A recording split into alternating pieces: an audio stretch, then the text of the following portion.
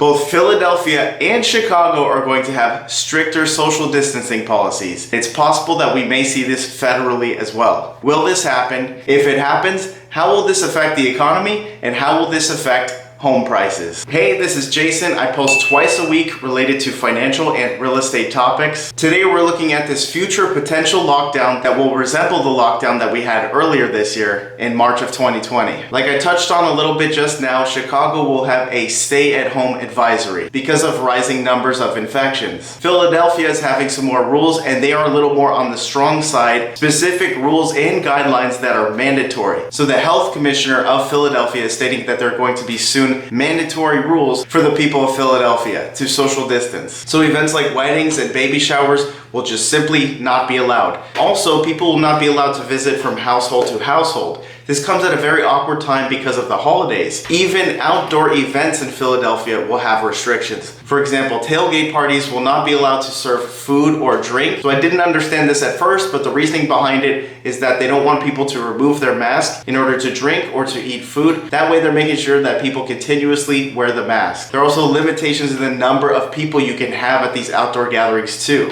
They are playing it very careful and very safe with very strict rules. On top of these restrictions in Chicago and Philadelphia, there are talks of potential federal lockdowns which may be in place soon. Basically, as we've seen in the last month or so, Europe has been having a big spread of infections. Our numbers in some places have grown and some places have plateaued. There's potential possibility that these numbers can flare up throughout the United States. The main concern that I'm hearing is that cold weather is coming, and of course gathering with family members and close friends is a part of most people's holiday traditions. This potential second lockdown that's coming is expected to last 4 to 6 weeks, and it will look very similar to what we had in March 2020. How will people earn money if they need to stay at home and they can't go to work? Let's take a look at what happened back in March of 2020 when people were restricted from going to work. They stayed home and collected unemployment checks to supplement the fact that they are not able to return to work. This inability to go to work for safety precautions will hopefully be temporary. Just like back in March, we've seen those restrictions lift. Hopefully that will happen in the near future as well. Speaking of unemployment, here we are in November 2020. Was the last situation with the lockdown and unemployment temporary? On a national rating, unemployment is down to 6.9%. That's not an ideal percentage by any means. However, it's actually pretty good when you compare it to the unemployment rate of April, which was 14.7%. That's pretty good. In less than half a year, the unemployment rate was more than cut in half. So hopefully this next situation that we're going into, we have a little bit more experience, we can recover quickly, and if the past is any indicator of the future, unemployment and the damage to the economy hopefully will remain to be temporary until we recover and get back on our feet. And the next question is, what effect will this have on housing prices? Well, once again, if we take a look at the past to predict the future, there were basically little to no transactions,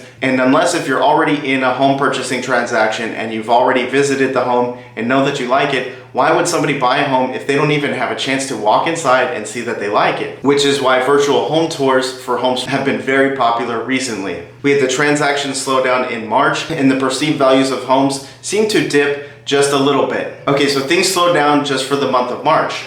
But what happened after that? There was pent-up inventory, meaning there were more homes for sale than we were used to. Now you pair this pent-up inventory with low interest rates, meaning that people had a lower monthly rate to buy these homes. They saw the prices drop a little bit, and what happened? A bunch of qualified buyers who were already waiting in the wings to buy went ahead and went crazy and bought up all of the homes for sale. And that left us with an inventory deficit, which basically means there were no homes for sale. Now, basic rules of supply and demand: when somebody really wants something very bad, the price goes up.